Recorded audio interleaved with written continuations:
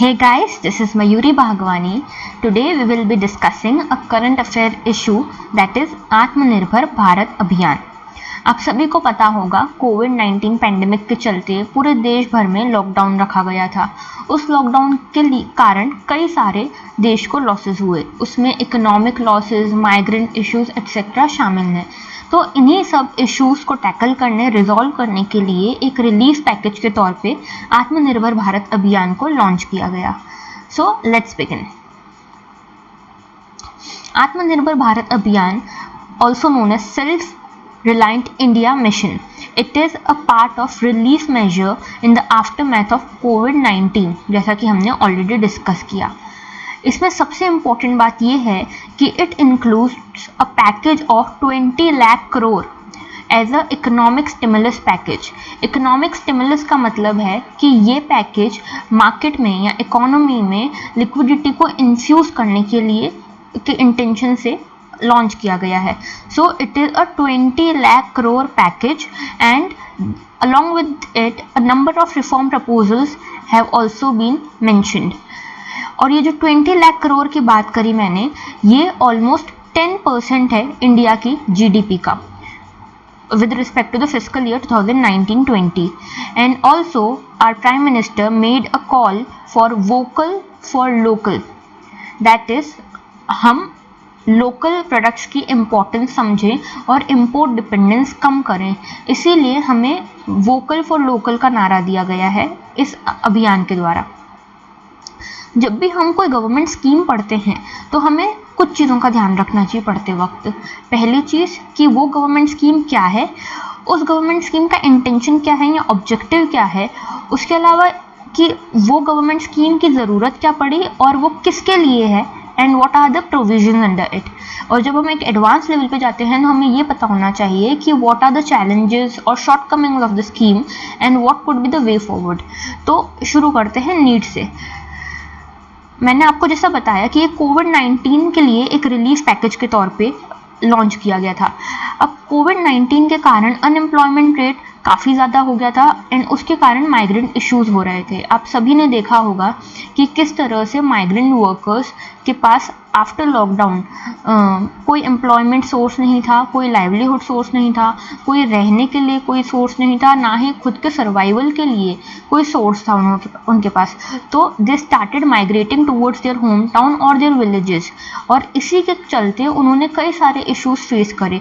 Even उनके पास कोई transport नहीं था अपने घर तक जाने के लिए, एंड कई सारे लेबर एंड माइग्रेंट वर्कर की डेथ भी हुई। तो इन सभी के कारण ये अभियान लॉन्च किया गया है, इन सभी को रिवाइव करने, इन सभी को ठीक करने के लिए, रिजॉल्व करने के लिए। Another point was that there was a disturbance in trade cycle, चाहे वो इंटरस्टेट, इंट्रास्टेट, इंटरनेशनल, इंट्रानेशनल, हर लेवल का ट्रेड साइकिल अफेक्ट हुआ था। Then supply chain issues. देखिए सप्लाई चेन क्या होती है। अगर मैं किसी भी प्रोडक्ट की बात करूँ, सपोज एग्रीकल्चर प्रोडक्ट की बात करती हूँ, तो उस प्रोडक्ट के नेचुरल रिसोर्सेज से लेके, उसका रॉ मटेरियल से लेके, उसकी जो भी वो फिनिश्ड गुड बनेगा, अगर फूड प्रोसेसिंग इंडस्ट्री है तो अगर फिनिश्ड गुड बनेगा, या फिर उसके कंज्यूमर तक पहुंचने तक की जो साइकिल रहती है उसे बोलते हैं सप्लाई चेन साइकिल। अब इसमें क्या क्या इश्यूज आए कोविड-19 के चलते। पहला तो अगर एग्रीकल्चर की बात करूं तो उन पेरिशेबल फूड आइटम्स के लिए there was no warehouses cold storages available. Then transport logistic की दिक्कत थी, देन मार्केटिंग की प्रॉब्लम्स थी।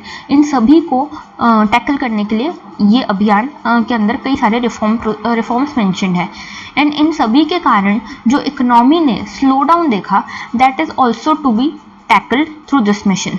सो first of all the mission is to revive the economic activity which is impacted by COVID-19 pandemic and to create new opportunities for growth in different sectors। ठीक है, अब बात करते हैं इसके ऑब्जेक्टिव की।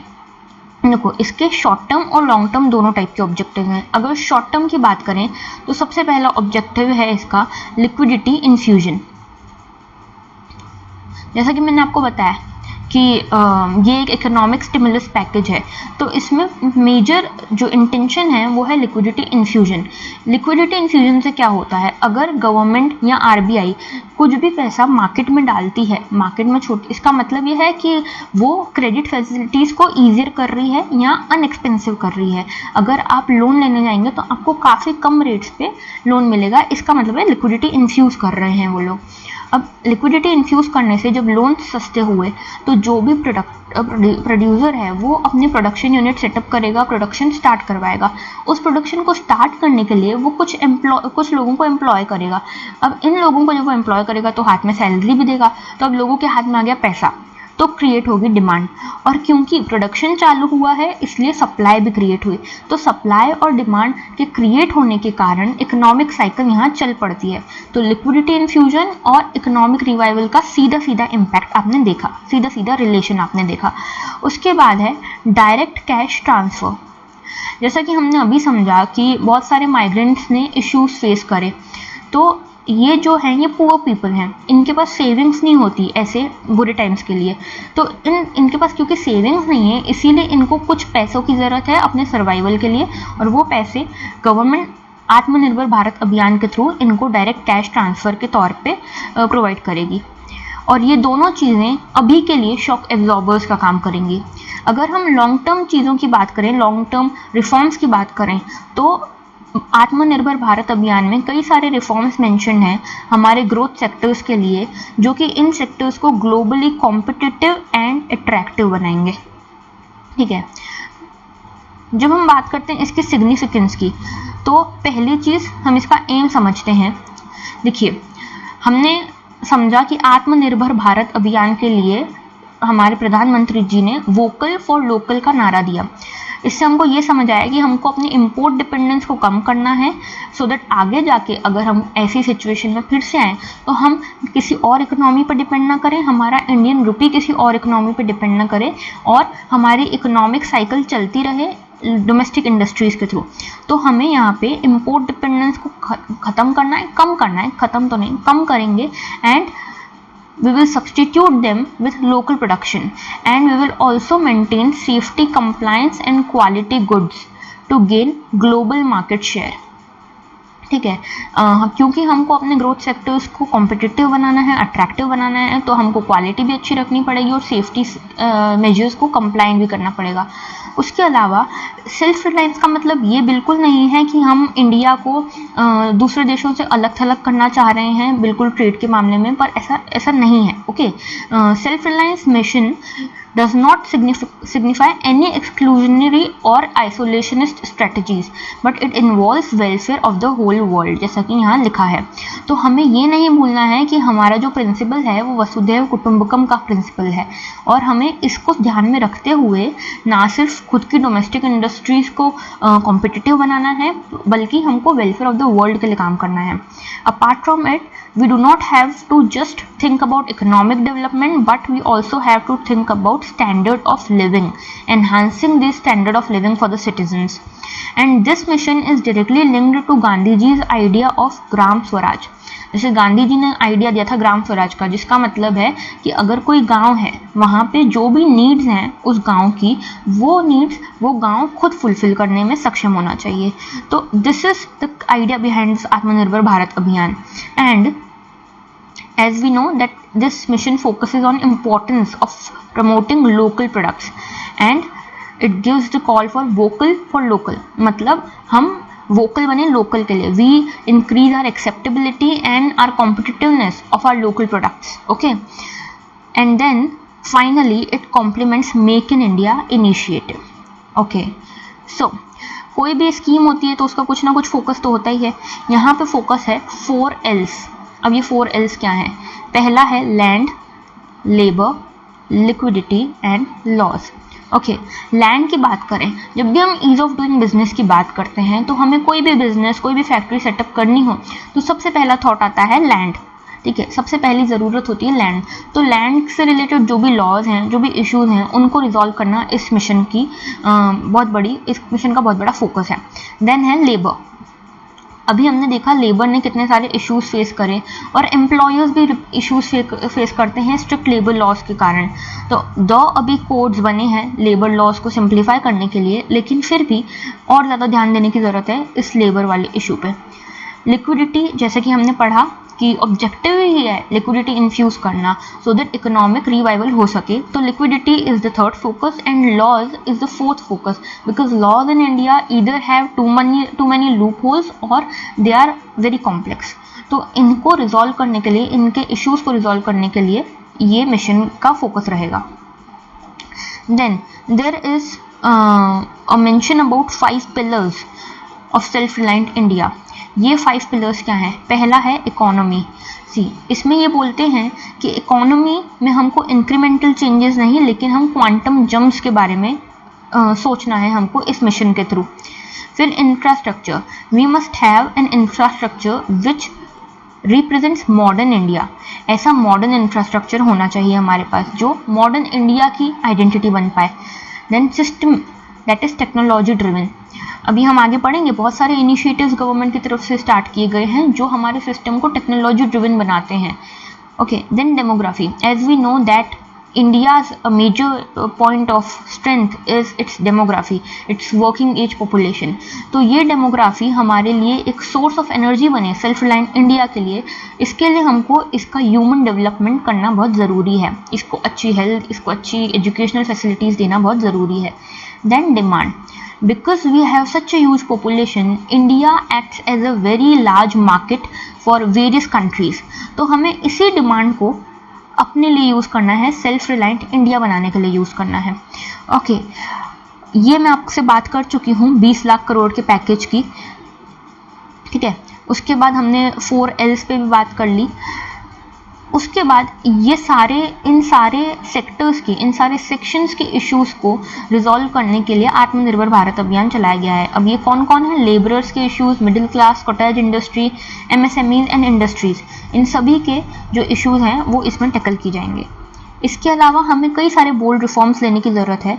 उनमें से पहला है supply chain reforms for the agriculture.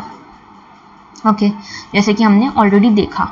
उसके बाद rational tax system, simple and clear laws, capable human resource and strong financial system। strong financial system की ज़रूरत है इकोनॉमिक रिवाइवल के लिए, सो दैट NPAs ज़्यादा ना हो, बैलेंस शीट इश्यूज ना हो, ये सब, ठीक है। और ह्यूमन रिसोर्सेज, जैसे कि हमने डेमोग्राफी में पढ़ा कि हमको डेमोग्राफी को कैपेबल बनाना है, इसलिए हमें ह्यूमन रिसोर्स को डेवलप करना पड़ेगा। फिर लॉज को हमको सिंपलर बनाना है, टैक्स सिस्टम को हमको रैशनलाइज करना है, और सप्लाई चेन का जो हमने इनिशियली पढ़ा था कि सप्लाई चेन के इश्यूज को रिजॉल्व करना है। देन हमने देखा कि 20 लाख करोड़ का पैकेज है, तो उसमें किसको कितना डिस्ट्रीब्यूटेड है, किसको कितना एलोकेटेड है। तो MSME, EPF, गरीब कल्याण पैकेज, रेरा, क्रेडिट, इन सभी को 5 लाख करोड़ से ज़्यादा का पैकेज, ऑलमोस्ट 6 लाख करोड़ रुपए का पैकेज इनको अलॉटेड है। देन फार्मर्स एंड माइग्रेंट्स को 3 लाख करोड़ का, एग्रीकल्चर एंड अलाइड सेक्टर्स को 1.5 लाख करोड़ का। Then these are the growth sectors, coal, mineral, aviation, defence, space, atomic energy, ये सब ऑलमोस्ट टर्शरी सेक्टर में आते हैं ऑलमोस्ट। तो ये और ईज ऑफ डूइंग बिजनेस को इतना अमाउंट अलोकेटेड है। और इन मेजर्स के पहले जब ये अभियान लॉन्च नहीं हुआ था, आत्मनिर्भर भारत अभियान, तब उससे पहले कुछ मेजर्स ऑलरेडी लिए गए थे। तो वो मेजर्स मैं आपको बताऊंगी। एक है प्रधानमंत्री गरीब कल्याण पैकेज और एक है RBI के मेजर्स। ये दोनों ने भी इतना एलोकेशन हुआ है, इन दोनों में भी। तो अब बात करते हैं अर्लियर मेजर्स की, बिफोर आत्मनिर्भर भारत अभियान वॉज लॉन्च्ड। तो पहला जो था इसमें वो था प्रधानमंत्री गरीब कल्याण पैकेज। इसमें पहली थी प्रधानमंत्री गरीब कल्याण अन्न योजना, जिसमें फ्री सीरियल एंड पल्सेस दिए गए थे पुअर फैमिलीज को, 3 महीने तक ये दिए जाएंगे। देन डायरेक्ट कैश ट्रांसफर्स, जो हमने ऑलरेडी ऑब्जेक्टिव्स में पढ़ा था, this is to be done via Jan Dhan account for poor women. Then PM Kisan Yojana to provide income support to farmers, जिसमें 6,000 रुपये पर ईयर दिए जाएंगे फार्मर्स को, एलिजिबल फार्मर्स को 3 इंस्टॉलमेंट्स में। मनरेगा में वेज हाइक एंड उज्ज्वला योजना के अंतर्गत गैस सिलेंडर्स फ्री में 3 महीने तक के लिए बांटे जाएंगे पुअर फैमिलीज में। उसके अलावा कोलेट्रल फ्री लोन्स प्रोवाइड किए जाएंगे विमेन सेल्फ हेल्प ग्रुप्स को under national rural livelihood mission and there is also provision for insurance scheme for health workers. Okay, जिसमें अगर किसी हेल्थ वर्कर की जान जाती है या डेथ हो जाती है बिकॉज ऑफ कोविड तो उन्हें 50 लाख पर हेल्थ वर्कर इंश्योरेंस कवर दिया जाएगा। उसके अलावा ये मैंने पेपर कटिंग लगाई है, इसमें आप और डिटेल में पढ़ सकते हैं इन इश्यूज के बारे में, ये सारे मैंने आपको बता दिए हैं। ये तो गवर्नमेंट की बात कर ली हमने अभी तक। अब हम बात करते हैं आरबीआई की कि आरबीआई ने क्या मेजर्स लिए थे। तो आरबीआई के मेजर्स थे कट इन रेपो रेट। जब रेपो रेट उन्होंने कट किया तो बैंक्स ने अपना लैंडिंग रेट भी कम किया होगा।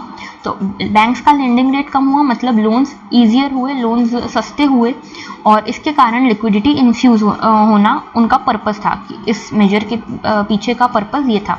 उसके अलावा grant of moratorium that is temporary halt for 3 months provided on the repayment of the loans. अगर आपने कोई भी लोन लिया हुआ है, कोई भी आपको ईएमआई भरनी है तो आपको टेम्पररी हॉल्ट दिया गया था 3 महीने का। उसके अलावा liquidity infusion by reducing cash reserve ratio and allowing easier borrowings under MSF window। तो MSF विंडो को ईजियर कर दिया गया था बोरोइंग्स लेना उसके अंदर और CRR को कम कर दिया गया था। इनके बारे में अगर आपको डिटेल में पढ़ना है तो हमें इकोनॉमी में पढ़ना पड़ेगा। आगे चलते हैं। अब ये जो मैंने आपको बताया ये तो अर्लियर मेजर्स थे। ये मेजर जो मैं आपको बता रही हूँ ये रिसेंटली लिया गया है, गरीब कल्याण रोजगार अभियान। मैं ये आपको इसलिए अभी बता रही हूँ क्योंकि ये प्रधानमंत्री गरीब कल्याण पैकेज के अंतर्गत आएगा। ठीक है, इसका ऑब्जेक्टिव है जो भी लोग माइग्रेंट वर्कर्स जो अपने अर्बन एरियाज से रूरल एरियाज की तरफ माइग्रेट करके अभी अभी गए हैं उनके लिए लाइवलीहुड अपॉर्चुनिटीज डेवलप करना इन रूरल एरियाज इटसेल्फ। ठीक है, तो it is its objective is providing employment to rural India. अब इसमें क्या होगा, 25 वर्क्स हैव बीन मेंशन्ड जिसमें असेट क्रिएशन किया जाएगा रूरल एरियाज में to provide employment to rural people और माइग्रेंट वर्कर्स। और ये जो कैंपेन है ये 125 डेज तक चलेगा। ये 6 स्टेट्स में कैरी आउट किया गया है और जहाँ पे ये जो 6 स्टेट्स हैं यहाँ 25,000 से ज़्यादा माइग्रेंट वर्कर्स रिटर्न होके गए हैं और इसके लिए 50,000 करोड़ का अलग से पैकेज अलॉट किया गया है। ठीक है, जो 6 स्टेट्स की मैं बात कर रही थी वो हैं बिहार, यूपी, मध्य प्रदेश, राजस्थान, झारखंड एंड उड़ीसा। और इसके अलावा ये जो अभियान है गरीब कल्याण रोजगार अभियान ये 12 अलग अलग मिनिस्ट्रीज के अंदर आता है। कोऑर्डिनेटेड एफर्ट्स इन 12 अलग अलग मिनिस्ट्रीज का, जिसमें पंचायती राज वाली मिनिस्ट्री आ गई, रूरल अफेयर्स वाली मिनिस्ट्री आ गई और ये सारी मिनिस्ट्रीज इसके अंदर आएंगी। ओके, एग्रीकल्चर वाली आ गई। सो ये गरीब कल्याण रोजगार अभियान ये रिसेंट का है इसलिए मैंने यहाँ पे बता दिया। देन जो भी अर्लियर मेजर्स लिए गए थे इनके अलावा कुछ और मेजर्स लिए गए थे आफ्टर आत्मनिर्भर भारत अभियान वाज लॉन्च्ड। और ये जो मेजर्स लिए गए थे ये तीनों सेक्टर्स में, primary, secondary and tertiary sectors में लिए गए थे। और ये जो सारे रिफॉर्म्स और जिस भी पैकेज की मैं बात कर रही हूँ ये टोटल 5 ट्रांचेस में या 5 इंस्टॉलमेंट्स में अलॉट किया गया था। ओके, यहाँ अनाउंस किया गया था। अब शुरुआत से करते हैं प्राइमरी सेक्टर से कि प्राइमरी सेक्टर में क्या क्या रिफॉर्म्स बताए गए थे। तो first was amending ECA that is essential commodities act 1955। इस अमेंडमेंट के अंतर्गत कई सारे सीरियल्स को और कई सारे एग्रीकल्चर प्रोड्यूस को एसेंशियल कमोडिटीज एक्ट 1955 से रिमूव कर दिया गया था और उनकी जो स्टॉक लिमिट थी, स्टॉक रखने की लिमिट, उसको भी हटा दिया गया है अभी।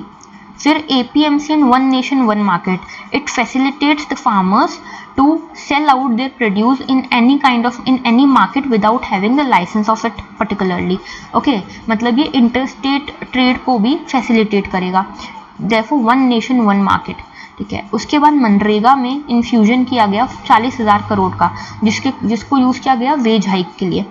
Then fiscal support was provided to farmers, जैसे कि हमने अभी पढ़ा PM किसान योजना के अंतर्गत।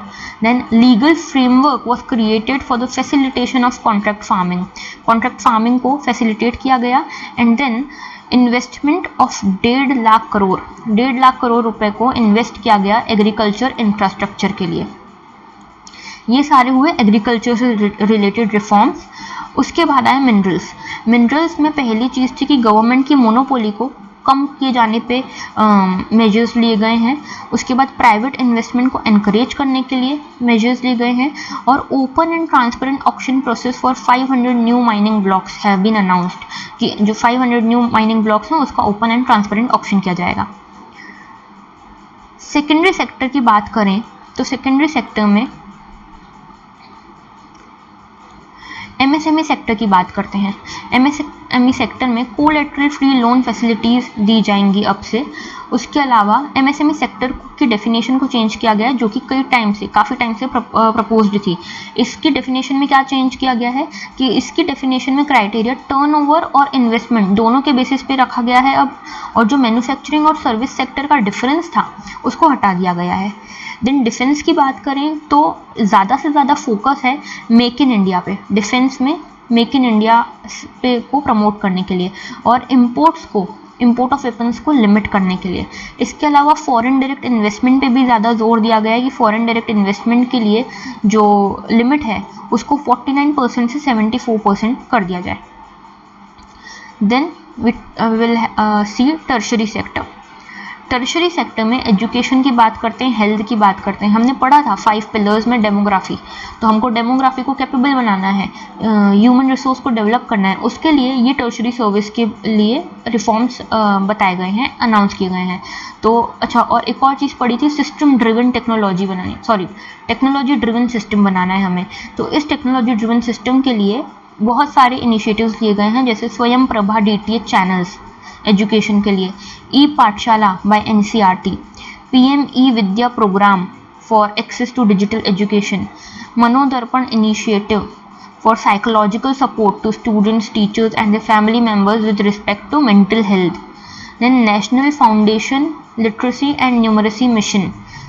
ऑलराइट, इसके बाद हेल्थ की बात करें तो e Sanjeevani teleconsultation services have been rolled out, Aarogya Setu app जिससे आप सभी बहुत ज़्यादा फेमिलियर होंगे। उसके अलावा पब्लिक एक्सपेंडिचर को बढ़ाने की बात की गई है हेल्थ सेक्टर में, और that too on grass root health institutions.